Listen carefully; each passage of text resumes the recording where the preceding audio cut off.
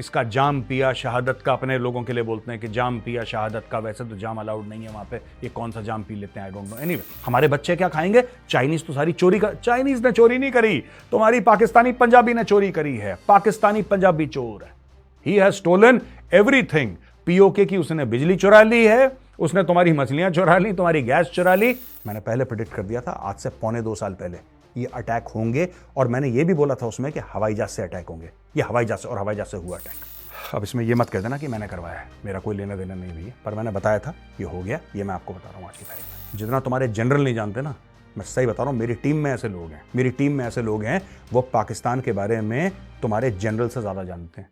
जय हिंद दोस्तों, मैं हूं मेजर गौरव आर्या और आप देख रहे हैं द चाणक्य डायलॉग्स। इस वीडियो को लाइक करिए, हमारे चैनल को सब्सक्राइब करिए, बेल आइकन दबाना बिल्कुल मत भूलिएगा। दोस्तों, पाकिस्तान में फिर से एक अटैक का सिलसिला शुरू हो गया। कभी तहरीक तालिबान पाकिस्तान ठोकते हैं, कभी बलोच लिबरेशन आर्मी की मजीद ब्रिगेड ठोकती है। अभी हाल ही में गवादर पोर्ट, जो कि सी पैक का पोर्ट है सबसे बड़ा, और बेल्ट एंड रोड इनिशिएटिव का वो जो पूरा सी पैक है क्या दोस्तों? बेल्ट एंड रोड इनिशिएटिव का वो एक फ्लैगशिप प्रोजेक्ट है, फ्लैगशिप वेंचर है। यानी कि दुनिया भर को दिखाता चाइना कि देखो यार, हम सी पैक बना रहे हैं, सी पैक बना रहे हैं। लेकिन बलोचों ने कभी भी सी पैक को कबूल नहीं करा। क्योंकि मैं आपको 2-3 कारण बताता हूं, फिर मैं इस अटैक के ऊपर जाऊंगा, तब आपको पता लगेगा ये अटैक हो क्यों रहे हैं आखिर। इसके पीछे कारण क्या है? इसके पीछे सोशियो पॉलिटिकल रीजंस हैं, इसके पीछे इकोनॉमिक रीजंस हैं, बहुत कुछ है इसके पीछे। इट्स नॉट लाइक कि जैसे पाकिस्तानी मीडिया बोलते हैं ना, वो कम अकल वाले हैं ना वहां पे मीडिया में, कि यहां पे दहशतगराना कार्रवाई हुई और इतने जिसने पता नहीं इसका जाम पिया शहादत का, अपने लोगों के लिए बोलते हैं कि जाम पिया शहादत का, वैसे तो जाम अलाउड नहीं है वहां पे, ये कौन सा जाम पी लेते हैं I don't know. Anyway, coming back to the point, problem ये है कि जो बलोच कहते हैं, पहली बात तो ये कहते हैं कि अव्वल बलोचिस्तान पाकिस्तान का हिस्सा नहीं है, तो वो एक फ्रीडम मूवमेंट चल रही है वहां पे। This should be very clear, Balochistan के अंदर जो भी हो रहा है that is a freedom movement. जो बलोच कर रहे हैं, चाहे वो ईरान में कर रहे हैं, चाहे वो पाकिस्तान में कर रहे हैं, कहीं पर भी कर रहे हैं, that is a freedom movement, पहली बात। दूसरी चीज, बलोचों का एक खास ये कहना है कि हमारे जो वसाइल हैं, हमारे जो नेचुरल रिसोर्सेज हैं, हमारे यहां के जो खनिज पदार्थ हैं, जो गैस है, ये सारे के सारे जो हैं पाकिस्तानी पंजाबी चोरी कर लेते हैं। तो मैं बलोच भाइयों से कहता हूं कि आपको क्यों आश्चर्य हो रहा है, आपको क्यों सरप्राइज हो रहा है मेरे बलोच भाइयों बहनों? पाकिस्तानी पंजाबी तो डे वन से चोरी कर रहा है। वो बिजली चोरी कर रहा है सो कॉल्ड आजाद कश्मीर से, जो पीओके है ना, उसको आजाद कश्मीर बोलता है, वो तो वहां से भी चोरी कर रहा है बिजली। यार, वहां के लोग अलग परेशान हैं।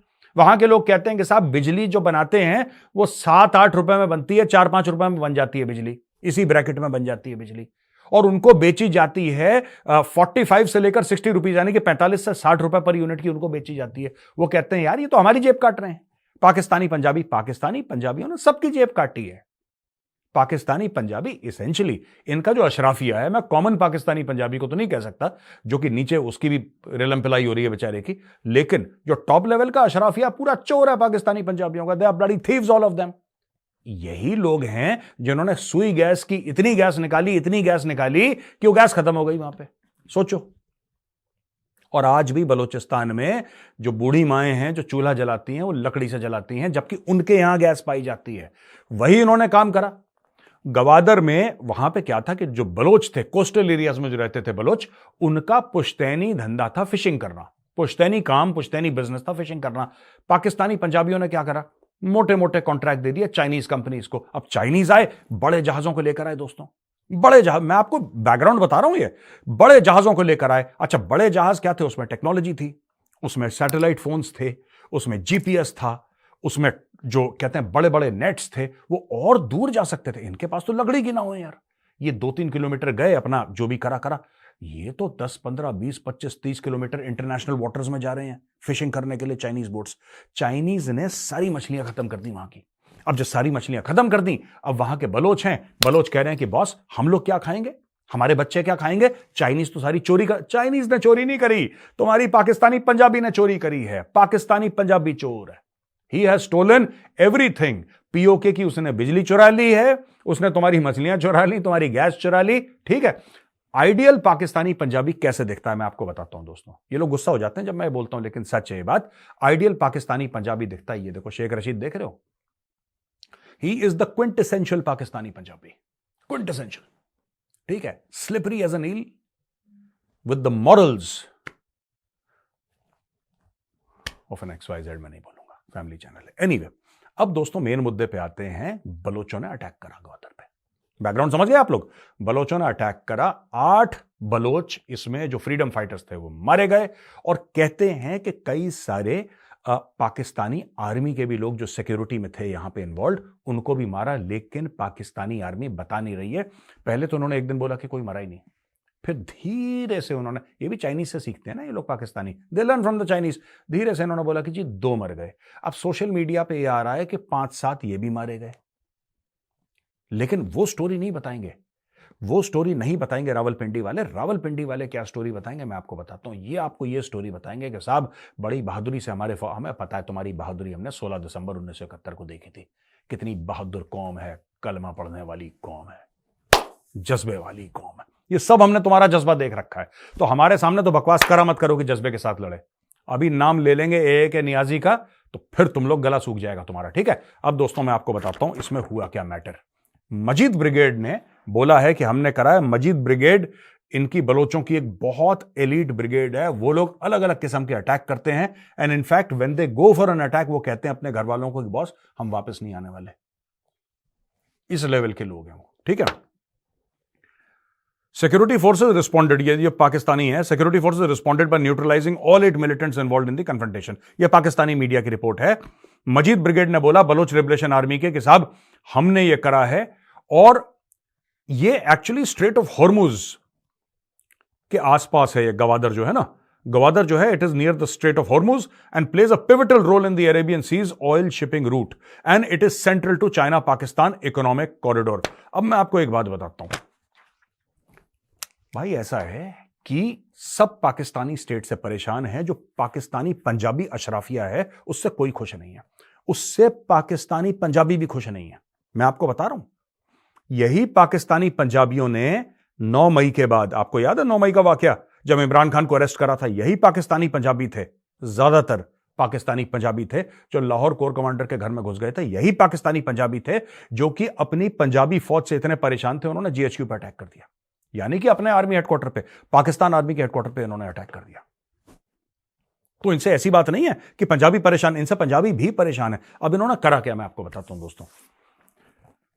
इन्होंने जो ये पाकिस्तानी फौज थी, अब आपको पता है ना डिसअपियरेंसेस हो रहे हैं बलूचिस्तान में, ये सब हो रहा है। बलोच इतने परेशान हो गए, बलोच हैं कम, इवन इन बलूचिस्तान जो बलोच की पॉपुलेशन है वो बहुत कम है, पश्तून वहां पे ज्यादा है। लेकिन बलूचिस्तान के पश्तून भी हैं, दे आर, मतलब ठीक है, वो उनका अपनी लॉयल्टीज हैं, वो ग्रेटर पश्तूनिस्तान की बात करते हैं और इसकी बात करते हैं, लेकिन उनके और बलोचों के बीच में ऐसी कोई खास खटपट नजर नहीं आई। प्रॉब्लम कहां पे होती है कि जब आप बलूचिस्तान की बात करते हैं, अब उनको चाहिए था फायर पावर, क्योंकि भाई बलूचिस्तान जो है that is 44% of Pakistan land mass, आप समझिए, यानी कि लगभग मोटा मोटी अगर मैं बोलूं आधा पाकिस्तान तो बलूचिस्तान है, लिटरली 44%। तो आप समझ लीजिए लिटरली 44% जो है पाकिस्तान का पूरा area, it is nothing but Balochistan.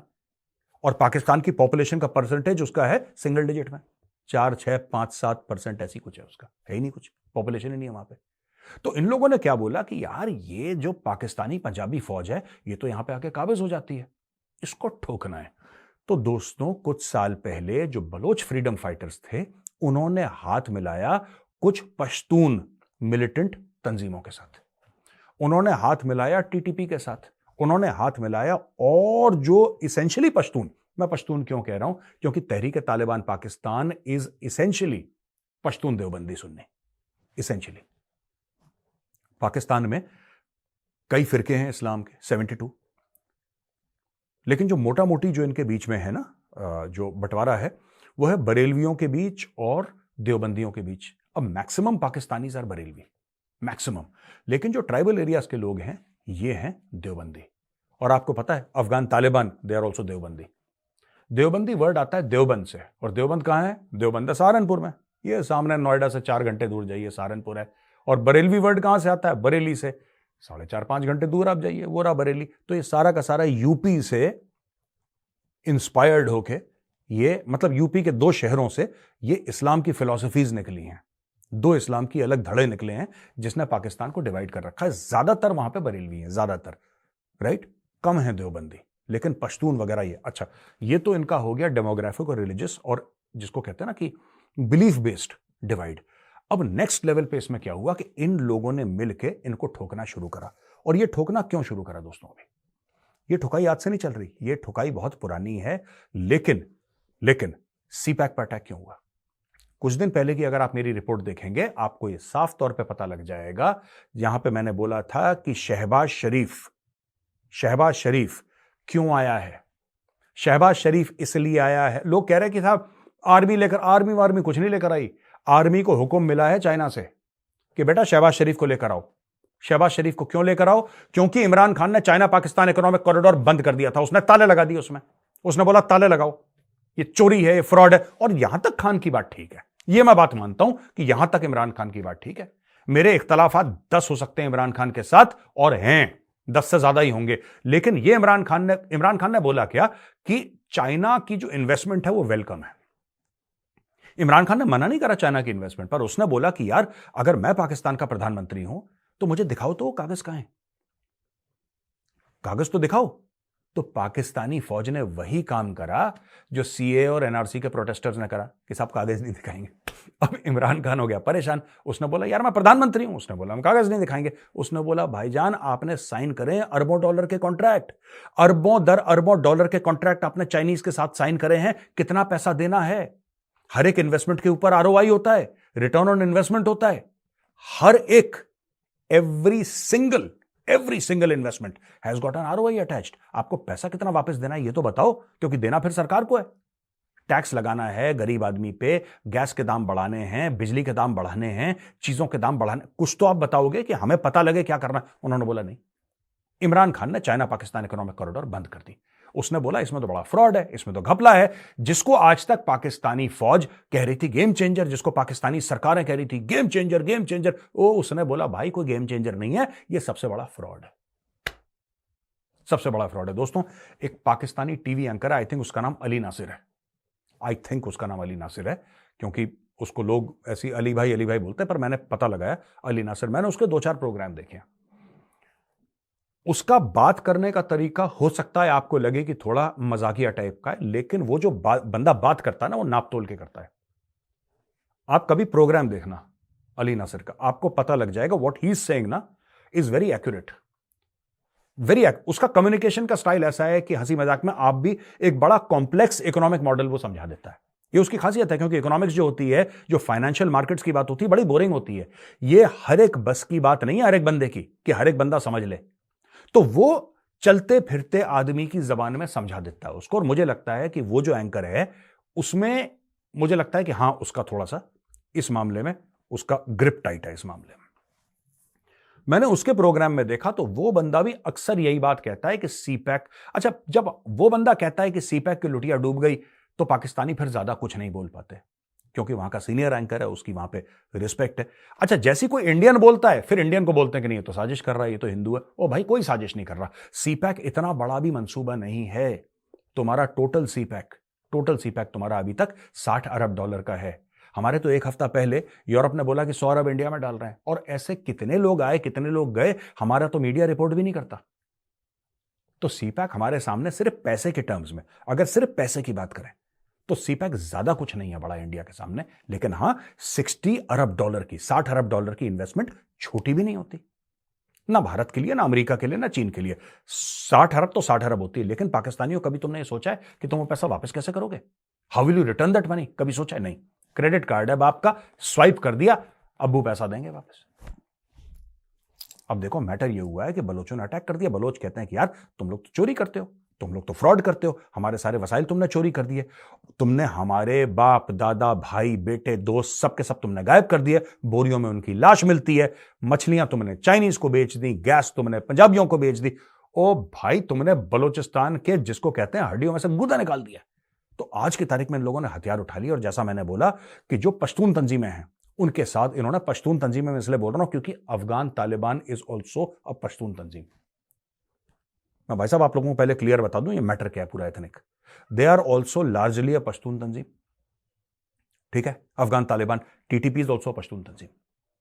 और टीटीपी और अफगान तालिबान, मैं बोल बोल के मेरा गला खराब हो गया। पाकिस्तान है मेजर साहब, आपको तो नॉलेज, मेजर को पाकिस्तान के बारे में पाकिस्तानी ज्यादा नॉलेज है,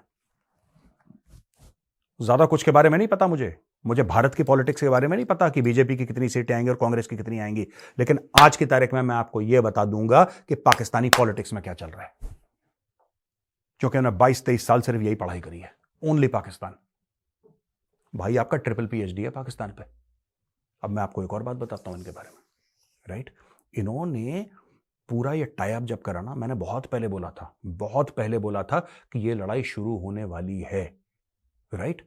डेट के साथ मैं आपको दिखाऊंगा दोस्तों एक छोटा सा वीडियो, और उसमें डेट आएगी कि किस तारीख को मेजर ने प्रिडिक्ट करा था कि ये कांड होने वाले हैं। ये पाकिस्तानी को जब मैं बोलता हूं कि तुम्हारे देश में होने वाला, कह रहा है मेजर साहब आपने तो ऐसे बात नहीं करता मेजर, और जब वो चीज हो जाती फिर कहते हैं कि मेजर ने करवाया। ये भी चक्कर है।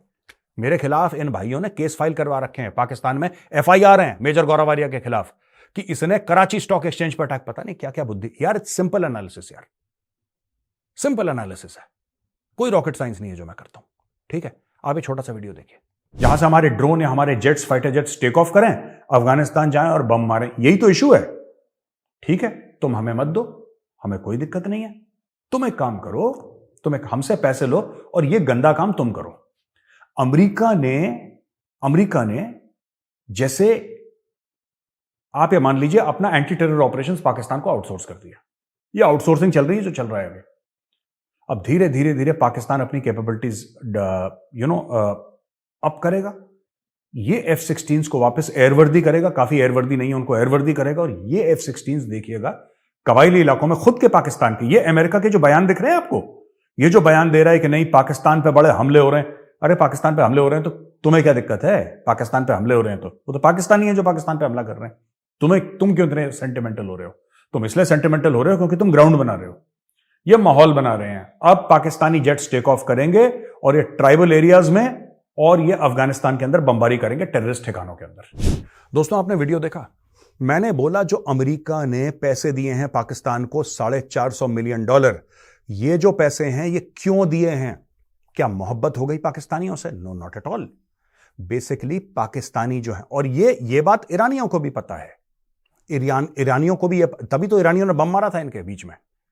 ईरानियों ने जो मिसाइल मारी थी, ड्रोन मारे थे, इसलिए मारे थे। और ये मैं कई समय से कह रहा हूं कि ये लोग ईरान को बॉम्ब करेंगे, ये अफगानिस्तान में बम मारेंगे, इन्होंने बम मार दिया। और वही F-16 इस्तेमाल करे थे जिसके अमेरिकन ने चेक काट के दिया था $450 मिलियन। आपको क्यों लगता है? और भाई $450 मिलियन दिए, कुछ इनके जनरल्स ने, इनके एडमिरल्स ने, इनके एयर मार्शल्स ने अपने जेब में रखे, बाकी इन्होंने बम शम लगाए, रिपेयर करा, इंजन ऑयल कूलेंट चेंज वेंज करा, इन्होंने थोड़ा सा ये वॉशर ठीक करा, बोला चलो बेटा डालो बम वहां पे।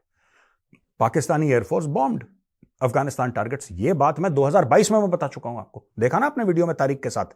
और ये दोस्तों इसका लिंक भी नीचे है।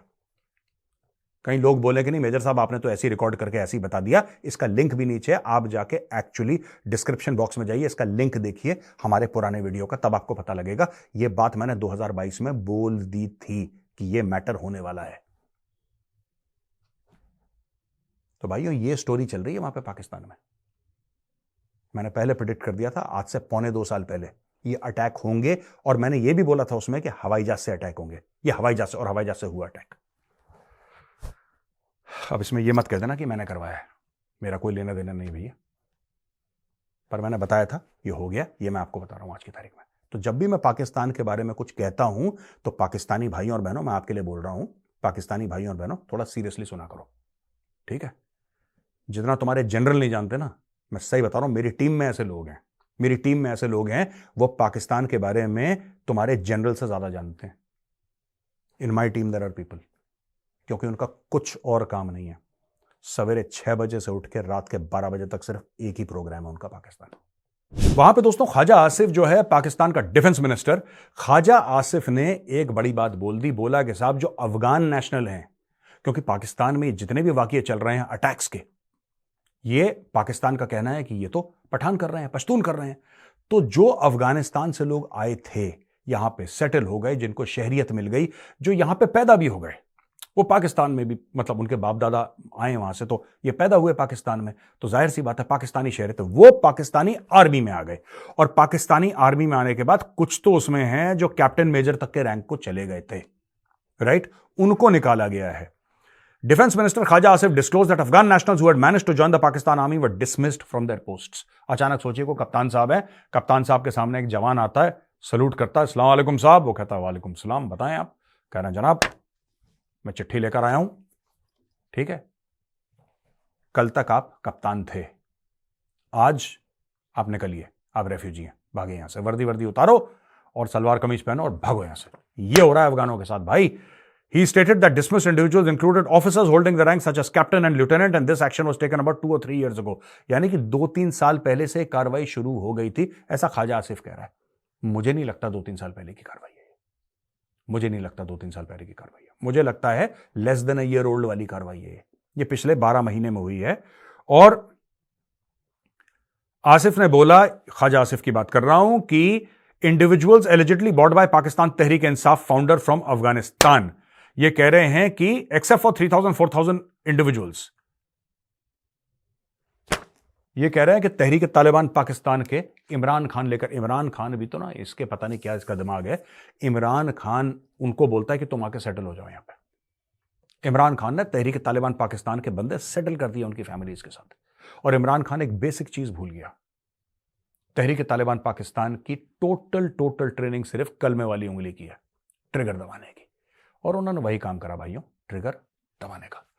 तो दोस्तों यहां पे होता है वीडियो खत्म। अब हम आते हैं सवाल और जवाब पर, क्वेश्चन एंड आंसर्स। पहला सवाल है समीर अहमद का।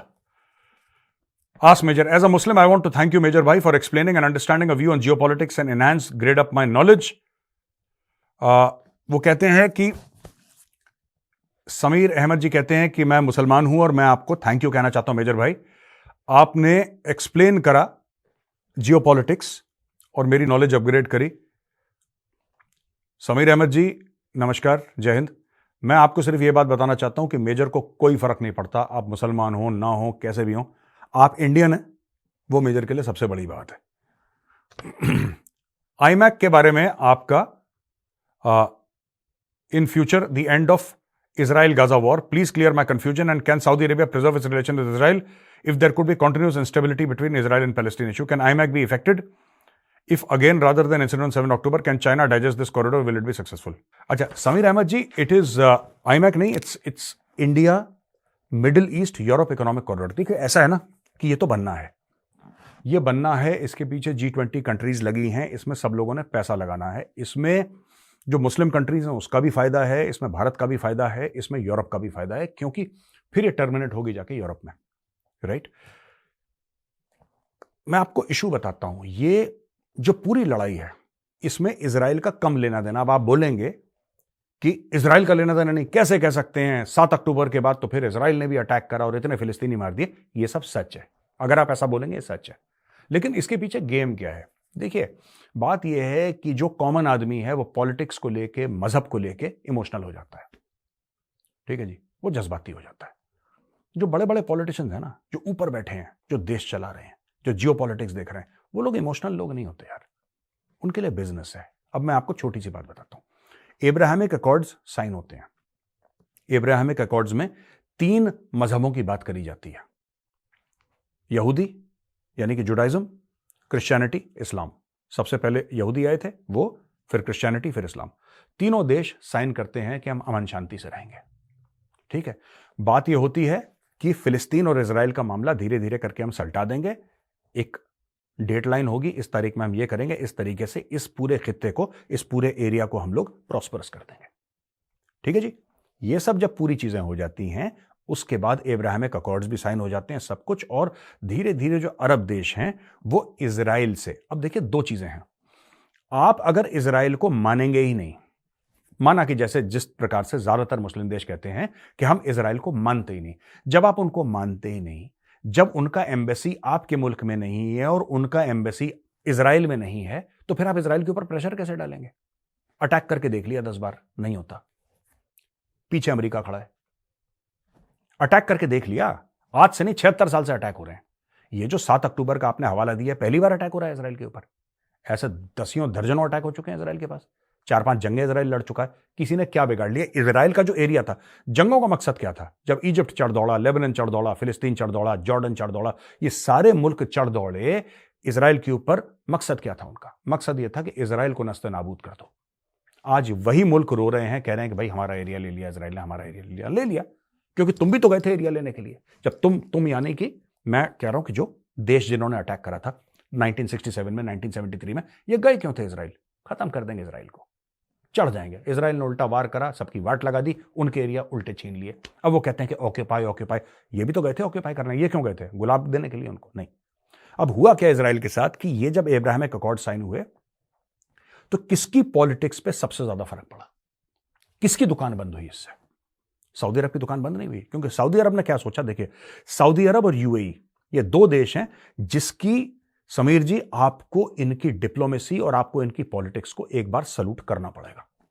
आप इनसे अग्री करें ना करें, आप यूएई से मत अग्री करें, आप सऊदी से मत अग्री करें, लेकिन आपको इनके दिमाग पे, इनके विजन पे और इनकी मैच्योरिटी को सलूट करना पड़ेगा।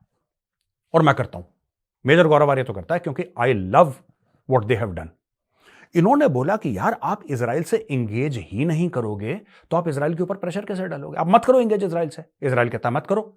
इजराइल के पास न्यूक्लियर वेपन्स है, इजराइल के पास अमेरिका और पूरे यूरोप की बैकिंग है, इजराइल के पास स्टेट ऑफ द आर्ट बंदे हैं जो रिसर्च करते हैं इजराइल के लिए। Israel is a first world country in the middle of the middle east, और पूरे मिडल ईस्ट में सिर्फ एक डेमोक्रेसी है, वो इजराइल। आप उसका कुछ कर ही नहीं सकते यार। आपने ठीक है बंदे मार दिए, आपसे मेरी मुराद ये जो बाकी देश हैं, आपने इनके बंदे मार दिए, लेकिन इजराइल को कोई फर्क नहीं पड़ेगा। उसके बाद इजराइल वैसे ही खड़ा हो जाएगा।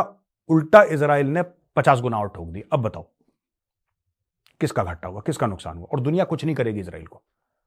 दुनिया इजराइल पे डिपेंडेंट है और ये सबको पता है। तो सऊदी अरब और यूएई ने क्या बोला कि यार इनके साथ एंगेज करो, ठीक है, इनके साथ झगड़ा मत करो, इनके साथ बातचीत करो। जब आपके पास कुछ खोने के लिए होगा, मेरी बात समझिए समीर जी, जब आपके पास कुछ खोने के लिए होगा तभी तो आप प्रेशर में आओगे। आज की तारीख में अगर ये सारे के सारे देश इजराइल को रिकॉग्नाइज नहीं करते, इजराइल के पास खोने के लिए कुछ है ही नहीं। इजराइल तो इसी उम्मीद में बैठा है ना कि ये लोग आएंगे और मेरे ऊपर अटैक करेंगे और मुझे उनकी टांगें तोड़नी है। यही तो इजराइल की फिलॉसफी है।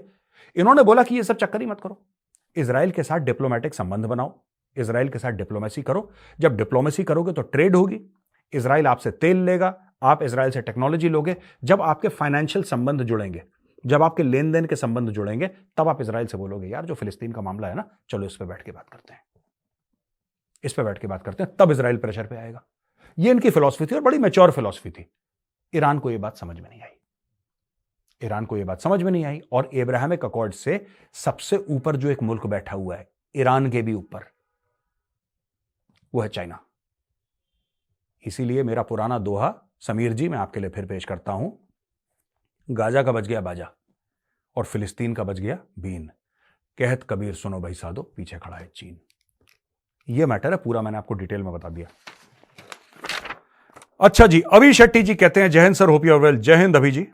मेरा सवाल यह है कि कुछ हफ्तों से रिपोर्ट यह आ रही है कि India China war, is this genuine report or west propaganda to establish war in Asia as they did in Ukraine, but we are not like Ukraine, but war still takes place between India and China, up to what extent results will be and what role Russia and Pakistan. देखिए, ये जो reports हैं कि लड़ाई होगी, ये कुछ नहीं, ये अमेरिका की इंटेलिजेंस रिपोर्ट थी अभी जी, जिसकी वजह से ये सारा मैटर फैला है। क्योंकि अमेरिका ने बोला कि नहीं साहब जंग होगी। ये मैं भी कह रहा हूं, अमेरिका नहीं, मैं खुद कह रहा हूं, पिछले 6 महीने से मैं कन्विंस्ड हूं कि इंडिया और चाइना के बीच में लड़ाई होगी। हम लोग अमेरिका के फैक्टर को आई थिंक ओवरस्टेट कर रहे हैं। अमेरिका का फैक्टर है, इसमें आप गलत नहीं है, अमेरिका का फैक्टर है, लेकिन मुझे ऐसा लगता है कि कहीं ना कहीं हम इसको बहुत ज्यादा ओवरस्टेट कर रहे हैं। क्योंकि 1962 में जब लड़ाई हुई थी चाइना के साथ, या 1967 में नाथुला में क्लैश हुआ था, तब तो अमेरिका का कोई रोल नहीं था, तब भी लड़े थे ना। ये जो लाइन ऑफ एक्चुअल कंट्रोल का जो पूरा मामला है, इसमें अमेरिका का तो कोई लेना देना नहीं है, ये तो चाइना का पूरा लेना देना है। चाइना ने बकवास कर रखी है वहां पे। तो क्या अमेरिका का इंटरफेरेंस है? क्या अमेरिका इन्फ्लुएंस करने की कोशिश कर रहा है? जाहिर सी बात है यस। इसमें मैं आपकी बात नहीं काटूंगा, मैं कहूंगा आप सच हैं, बिल्कुल आप ठीक बोल रहे हैं। लेकिन ये जो लड़ाई है, अमेरिका जिसको सोच रहा है, अमेरिका जो बता रहा है कि चाइना और भारत के बीच में जो लड़ाई है वो होगी, अमेरिका करवाए ना करवाए ये लड़ाई होनी है। आज नहीं तो 5 नहीं तो 10 साल के बाद ये लड़ाई होनी पक्की है भारत और चीन के बीच में। एक तो ये बात है। उसके पहले आप लोग जितना डिसएंगेज कर लें, चाइना से। बिजनेस वाइज बोल रहा हूं, इकोनॉमी वाइज आप चाइना से जितना डिसंगेज कर लें उतना आपके लिए अच्छा है। दूसरी चीज आपने बोला कि जी पाकिस्तान और रशिया का क्या रोल रहेगा। मुझे लगा है कि Russia will play the role of a mediator. रूस जो है दोनों के बीच में लड़ाई रोकने की पूरी कोशिश करेगा। पाकिस्तान को डिपेंड करता है कि उस वक्त किसने पाकिस्तान को पैसा दिया है। पाकिस्तानी स्टेट का, मैं फिर लोगों की बात नहीं कर रहा, मैं पाकिस्तानी स्टेट का कोई मॉरल कैरेक्टर नहीं है। जो पाकिस्तानी स्टेट है ना, द गवर्नमेंट, द स्टेट, उनका कोई मॉरल कैरेक्टर नहीं है। कल अमेरिकन बोलेंगे ये लो $5 अरब, ये वहां लेट जाएंगे। कल चाइनीज बोलेंगे ये लो $5 अरब, ये वहां लेट जाएंगे। इनका कोई जमीर नहीं है, इनका कोई मॉरल कैरेक्टर नहीं है, ऐसे ही हैं, घिसे पिटे लोग हैं। अभिषेक गुज्जर, राम राम मेजर साहब। राम राम अभिषेक जी। मेरा सवाल है, श्रीलंका ने docking of research vessels of China 20 March को बंद कर दिया है। How will India see future missile test and other things, counter it seeing future missile. नहीं, इसमें कोई बात नहीं। देखिए ना, भारत, उसने जो चाइना को मैसेज पास करना था मैसेज पास कर दिया। दो बड़े मैसेज, एक तो चाइना की स्पाइंग वेसल है वो नहीं आएगी तो मालदीव चली गई, पहला मैसेज। दूसरा बड़ा मैसेज उसने ये दिया कि पोर्ट में उसने बोला कि इंडियंस इन्वेस्ट कर देंगे, जहां पे चाइनीज अपनी बपौती समझते थे। तो श्रीलंका ने बड़ा अनइक्विवोकल मैसेज दिया है बॉस चाइना को, हम मना नहीं कर सकते। Sri Lanka is lived up to its promise. अब हम ये श्रीलंका से थोड़ा ना एक्सपेक्ट कर सकते हैं कि तुम अपने रिश्ते ही तोड़ दो चाइना के साथ। China is a major player in the region, even in the Indian ocean region, ये बात हमें माननी पड़ेगी। और चाइना के साथ लोगों के ट्रेड के संबंध भारत के खुद के हैं यार। या तो हम ट्रेड के संबंध तोड़ दें चाइना से, फिर हम बोलें श्रीलंका से कि तुम गलत कर रहे हो। हमारे खुद $125 अरब हर साल का ट्रेड है चाइना के साथ। तो श्रीलंका हमारा दोस्त है और ये बीच में शिप्स आएंगे, चाइनीज टूरिस्ट भी आएंगे, चाइनीज बिजनेसेस भी होंगे, चाइना उसका उल्टा फायदा, ये सब this is all part of geopolitics. ये जो खिचड़ी है ना भाई, ये चलती रहेगी। तो दोस्तों बहुत बहुत धन्यवाद ये वीडियो देखने के लिए। अगर वीडियो पसंद आए तो उस वीडियो को लाइक करिए, हमारे चैनल को सब्सक्राइब करिए, बेल आइकन दबाना बिल्कुल मत भूलिएगा। जय हिंद, वंदे मातरम, भारत माता की जय।